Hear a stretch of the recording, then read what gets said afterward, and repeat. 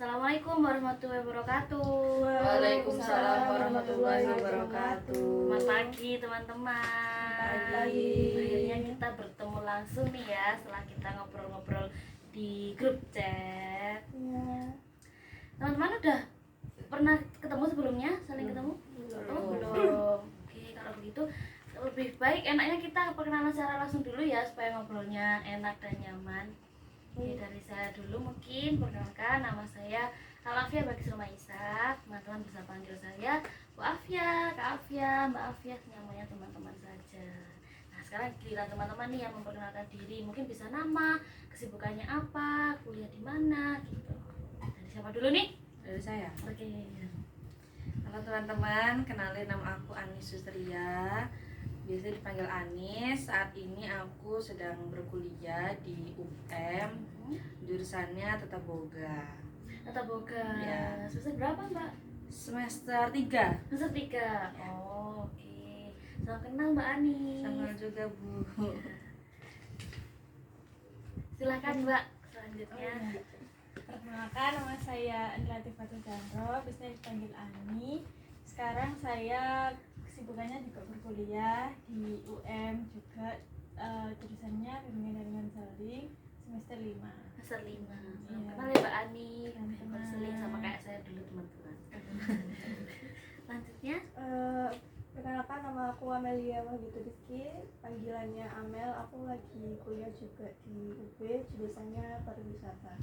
pariwisata semester Semester 5. semester 5 juga. Oke. Kampus sebelah ya teman-teman, UB. Iya. Halo. Ada tetangga. Semoga setelah konseling ini teman-teman bisa akrab juga ya, jadi teman gitu. Main-main bareng. Ya teman-teman, sebelumnya sudah pernah melakukan proses konseling? Belum pernah. Belum Belum. pernah. Mbak Ani sendiri belum pernah juga? Belum pernah sih kalau real time gitu, tapi kalau untuk praktek-praktek sih pernah sih. Oh, oke. Individu juga belum pernah teman-teman? Saya belum. Belum pernah. Oh, belum. Oke, baik kalau gitu. Mungkin bisa saya jelaskan dulu ya teman-teman proses konseling kelompok itu seperti apa supaya Bapak juga nggak ngawang nanti ketika prosesnya berjalan gitu. Jadi teman-teman, proses konseling kelompok ini saya itu sebagai konselor dan teman-teman sebagai konseli. Jadi tugas saya itu memfasilitasi teman-teman untuk mengungkapkan atau bercerita masalahnya teman-teman gitu, mengungkapkan isi hati dan pikirannya teman-teman. Lalu juga saya itu bertugas untuk membantu teman-teman mencapai tujuan yang teman-teman inginkan gitu. Lalu teman-teman, di proses konseling itu juga ada asas kerahasiaan. Jadi yang megang asas bukan saya saja, tapi saya harap teman-teman juga memegang asas kerahasiaan tersebut supaya ceritanya teman-teman itu aman gitu. Jadi yang tahu hanya kita gitu. Jadi dikip saat proses konseling ini saja gitu. Lalu ada asas keterbukaan. Saya harapkan juga teman-teman bisa terbuka dengan leluasa agar tujuannya teman-teman itu bisa tercapai dengan sempurna gitu. Karena kalau nggak terbuka kan kita jadi bingung mau menyelesaikan seperti apa gitu ya teman-teman ya. Oke, bisa dipahami? Bisa. Oke, bagus. Nah, untuk selanjutnya kita menyepakati dulu waktu konseling yang mau kita lakukan ini gitu. Saya beri rekomendasi biasanya itu 25 menit, 30 menit sampai 40 menit. Tapi kebanyakan 30 menit gitu. Bagaimana kalau teman-teman mau berapa menit? Kayaknya 30 menit sih Bu. Iya, 30 menit cukup deh. Oke, kita sepakati konseling pertama ini kita pakai yang 30 menit. Oke, baik. Nah, nanti teman-teman bisa menceritakan dulu nih yang pertama-tama garis besar masalahnya teman-teman satu persatu ya. Oke. Nah, sebelum itu saya izin untuk mencatat sebagai adik saya sendiri supaya saya juga ingat permasalahan teman-teman karena maklum manusia ya, gampang lupa. Oke. Sudah siap teman-teman? Duduknya sudah nyaman? Sudah. Oke, kita meluncur ke proses konseling. Siapa dulu yang mau bercerita tentang garis besar masalahnya? Saya dulu boleh dulu. Oke, Mbak Amel dulu. Baik. Jadi permasalahan yang dihadapi akhir-akhir ini tuh kan lagi magang ya Bu ya, saya di Jantipa 2. Nah di Jantipa 2 tuh kan banyak turis-turis, banyak ya orang-orang liburan kan, dengan penampilan yang biasanya tuh unik-unik gitu. Nah karena keunikan itu agak culture shock gitu kadang Bu, jadi kayak kok gitu sih, kok unik ya gitu. Jadi jatuhnya kayak suka menjudge gitu. Oh, jadi Mbak Amel ini kayak cepat menilai orang gitu ya, apalagi masalah penampilannya. Ya. Oke, dapat dipahami. Lalu selanjutnya Mbak Ani.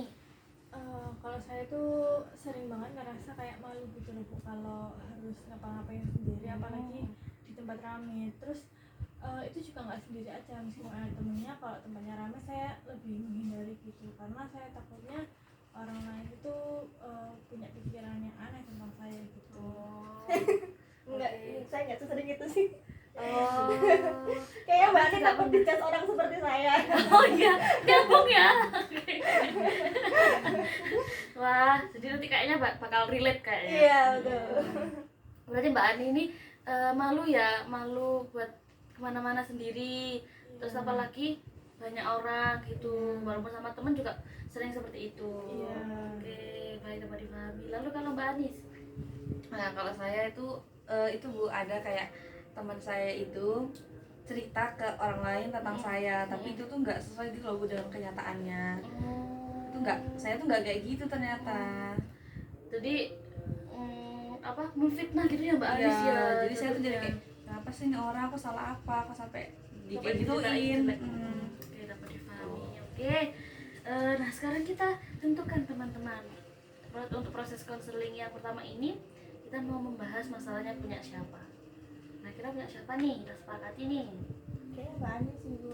Mbak Andi ya. Ya, saya biar Mbak Ani pede dan saya juga bisa bercermin gitu. Oh iya, lihat perspektifnya dari Iya. posisi Mbak Ani. Kalau Mbak Anis gimana? Boleh deh. Oh, boleh Mbak Ani. Kalau Mbak Ani? Aman? Bisa Bu, bisa. Oke, siap. Kalau begitu kita langsung saja. Mbak Ani bisa menceritakan lebih lengkap, lebih jelasnya permasalahannya Mbak Ani seperti apa. Jadi itu saya ngerasa ini sebenarnya udah lama ya Bu. Iya. Apalagi di awal perkuliahan. Jadi sebelum ke SMA tuh saya emang orangnya pemalu gitu. Bukan pemalu, kalau di perkuliahan saya nggak tahu kenapa ya Bu. Tapi kayak kalau saya mau ke tempat yang ramai tuh saya mending menghindari itu gitu loh. Mending saya kalau bisa cari jalan lain, saya cari jalan lain gitu, daripada harus melewati orang Ramai ya. ramai di situ. Karena kayak apa ya, mungkin kan namanya orang kan kadang ada yang lihat gitu ya Bu. Terus saya kayak langsung mikir apa ada yang aneh ya dari saya gitu. Jadinya saya kayak menghindari hal-hal kayak gitu. Oke, jadi teman-teman, inti dari permasalahannya Mbak Ani itu masuknya di awal kuliah tadi Mbak Ani ya? Ya, Kayak sekitar gini kayak ya. gitu. Sekitar awal kuliah itu Mbak Ani itu lebih kayak pemalu, apalagi kalau ada orang banyak. Mbak Ani itu kayak menghindari, jadi lebih memilih lewat jalan yang nggak rame daripada melewati Yang orang-orang rame itu. Karena Mbak Ani juga takut dinilai yang negatif gitu ya sama orang-orang tersebut. Oke, seperti itu teman-teman, dapat dipahami masalahnya Mbak Ani. Oke. Kalau begitu, lalu tujuannya Mbak Ani mengikuti, kan pasti kalau konseling itu punya tujuan ya, tujuan apa yang ingin dicapai. Nah, tujuan Mbak Ani untuk mengikuti konseling ini tuh apa? Mencapai apa? Kalau saya tuh pengennya saya lebih percaya diri gitu loh Bu, dan kayak nggak usah takut sama pemikiran orang lain, nggak usah terlalu kayak mikirin gitu loh, karena saya selama ini tuh lebih ke overthinking terus gitu. Oke, berarti tujuan yang ingin dicapai Mbak Ani itu lebih percaya diri, terus nggak overthinking terhadap penilaian orang lain, gitu ya Mbak Ani. Ada lagi kira-kira? Itu sih. Oke, kalau begitu. Oke, baik Mbak Ani. Kita, teman-teman, kita masuk tahap yang namanya itu miracle question. Jadi dimana nanti Mbak Ani nggak Mbak Ani aja, teman-teman juga bisa membayangkan kalau semisal permasalahan tersebut itu udah selesai, penandanya itu apa gitu. Bisa dipahami teman-teman? Oke. Jadi Mbak Ani bayangkan misal Mbak Ani itu malam tidur terus paginya masalahnya Mbak Ani ini udah selesai. Nah, kira-kira penanda masalahnya Mbak Ani selesai itu apa? Apa saja? Saya bisa ke tempat rame. Saya bisa ke tempat yang meskipun rame. Jadi meskipun rame nggak rame, saya tetap di situ gitu. Berani ke tempat rame Iya, berarti ya. berani ke tempat rame. Oke. Nah, yang sadar atau yang notice terutama pada perilakunya Mbak Ani yang berani tadi siapa kira-kira? Kayaknya sih teman saya, Bu. Karena ya teman saya yang dekat sama saya. Oh, teman dekat. Lalu respon teman dekatnya Mbak Ani kira-kira seperti apa? Mungkin kayak heran ya, Bu. Soalnya biasanya kalau saya ke tempat rambut saya nggak mau. Biasanya kayak cari tempat lain deh gitu. Oke. Mungkin heran ya. Heran karena kok tiba-tiba mau ke Iya. tempat rame. Oke, baik. Lalu responnya Mbak Ani terhadap menanggapi responnya temannya itu gimana? Saya mungkin bakalan sadar ya, oh berarti ada perubahan gitu di diri saya. Jadi saya udah mulai seneng gitu. Sadar dan seneng Mbak Ani ya. Oke. Ada lagi mungkin Mbak Ani penandanya? Bentar ya, Bu. Selain saya bisa ke tempat ramai itu mungkin saya bisa berpikiran positif ke orang gitu. Berpikir positif ke orang. Iya. Gitu. Lalu kalau Mbak Ani berpikir positif, kira-kira yang sadar pertama kali siapa? Saya sama teman saya sih, Bu, karena saya suka cerita ke teman saya.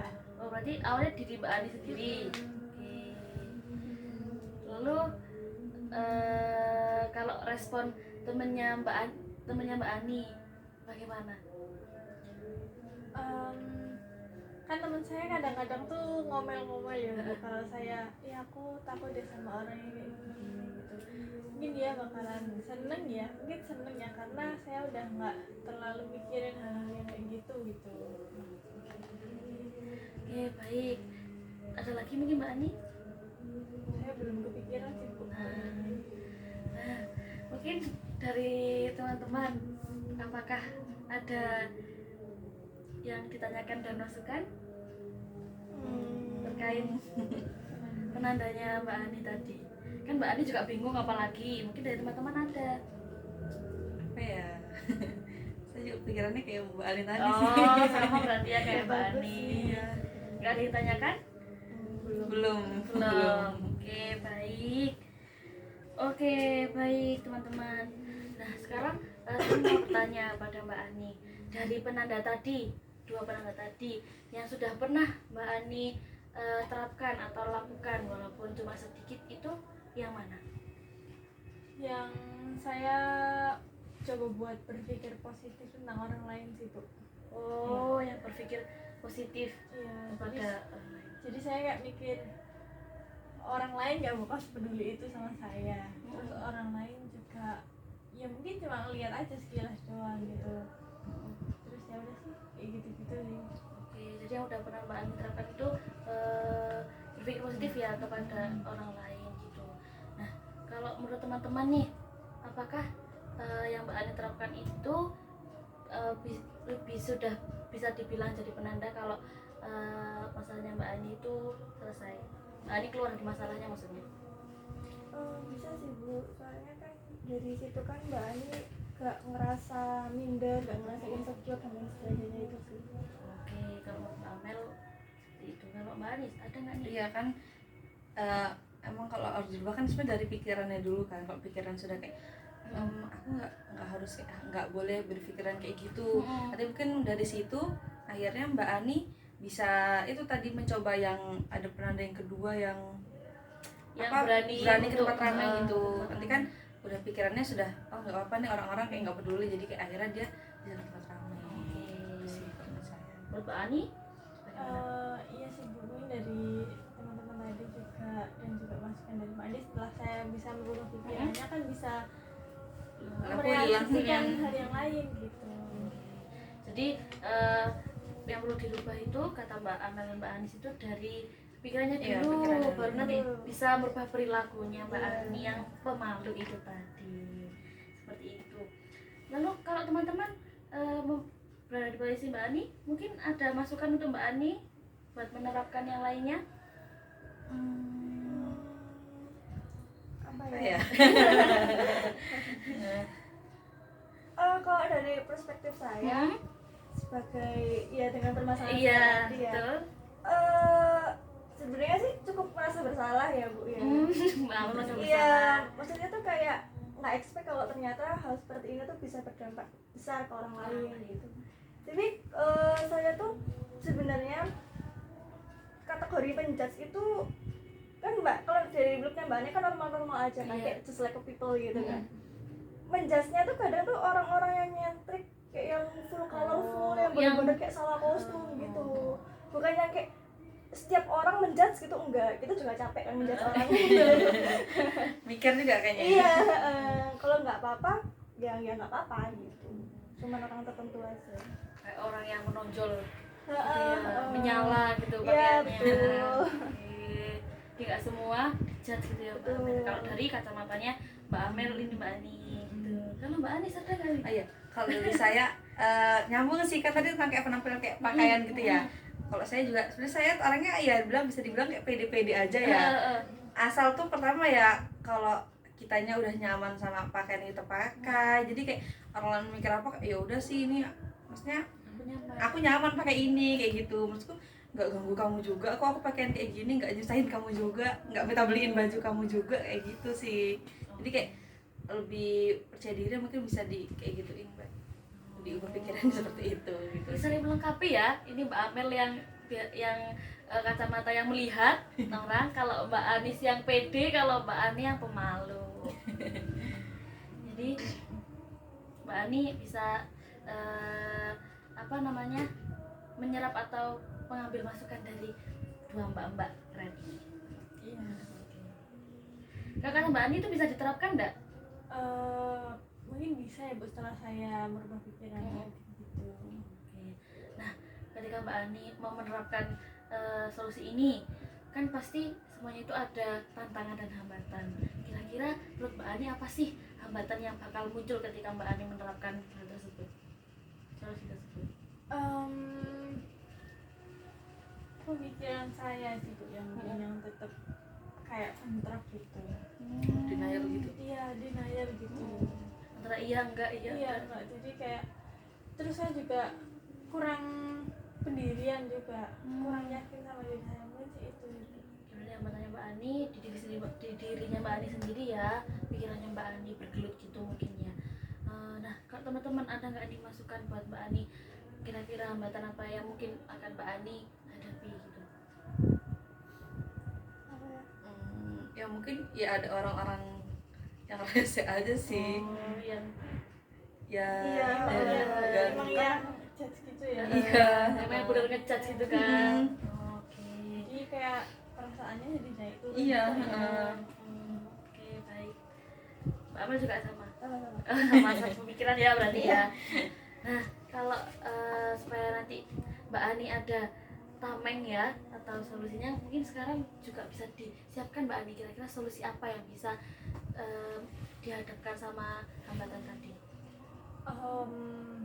Dari pengalaman Mbak Anis tadi kayak ya udah aku kayak gini, Mbak Anis kan tipe pede-pede aja gitu kan. Oke. Jadi mungkin saya ya udah saya kayak gini emang kan gini aja, yang penting saya sopan aja gitu, nggak menyalahi aturan dan gimana. Jadi ya gitu sih Bu, mungkin. Terus juga saya selama saya nggak salah, saya ya mencoba fine-fine aja sih gitu. Oke. Jadi apa tadi masukan dari Mbak Ani bisa Mbak Anis maaf ya, bisa dijadikan solusi ya buat Mbak Ani. Oke, bagus sekali. Ada lagi kira-kira dari Mbak Ani atau teman-teman untuk solusi yang bisa disiapkan untuk buat Mbak Ani? Udah sih. Mbak Ani sudah ya tadi. Iya. Mbak Apel juga sama? Ya bersikap bodo amat aja sih. Bener Oke. sih, kayak apa ya, Iya, kurang saya lebih. juga pasti kedepannya akan memperbaiki diri kan. Mm-mm. Karena kayak ya kadang saya juga ada di POV-nya Mbak Ani, Mm. kadang jadi POV-nya saya. Kan orang tuh kan selalu Berputar. Jadi saling belajar dari pengalaman aja sih. Jadi kalau dari Mbak Ani dan Mbak Anis tadi hampir sama ya, kayak bodo amat gitu kan. Kita juga nggak menyalahi norma juga seperti itu. Oke, baik Mbak Ani. Lalu kita sekarang masuk di tahap scaling teman-teman.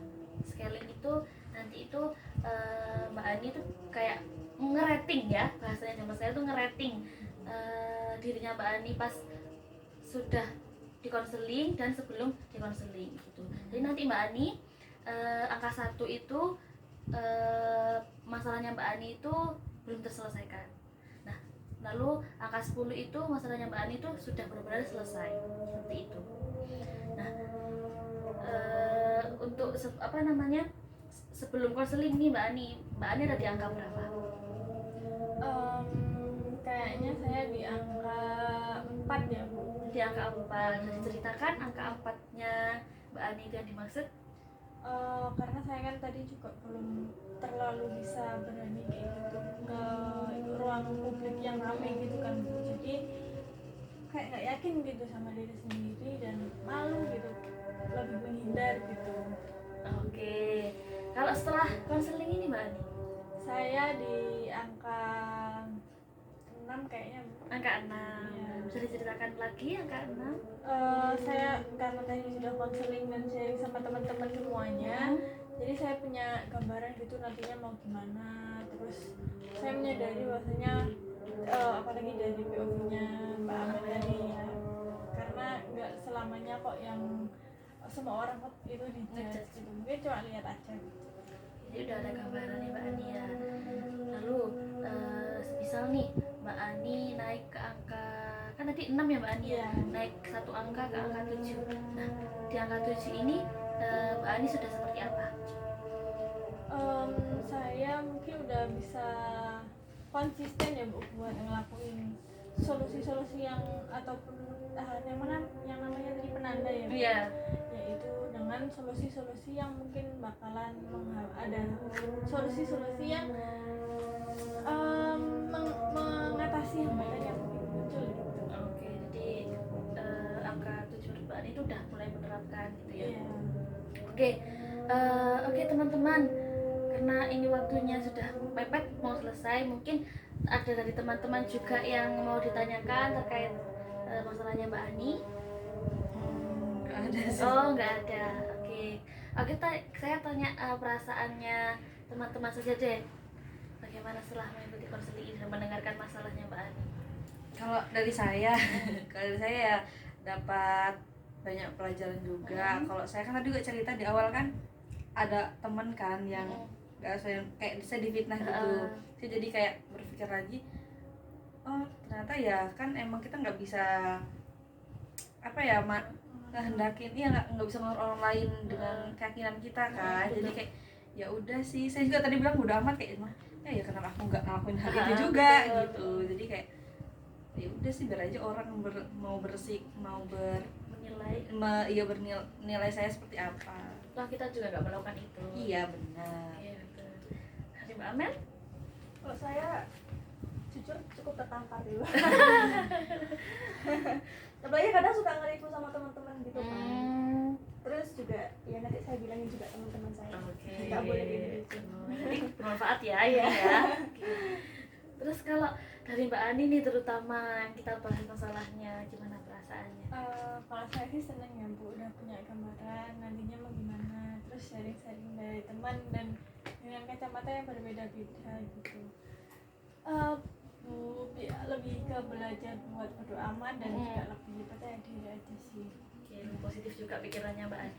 Oke, bagus sekali teman-teman, bisa teman-teman bisa aktif buat ngasih saran, masukan, buat menyelesaikan masalahnya Mbak Ani terutama ya teman-teman. Mbak Ani juga hebat sekali karena sudah bisa mengungkapkan permasalahannya, berani mengungkapkan permasalahannya, berani sudah bisa mengungkapkan tujuannya yang diinginkan Mbak Ani seperti itu.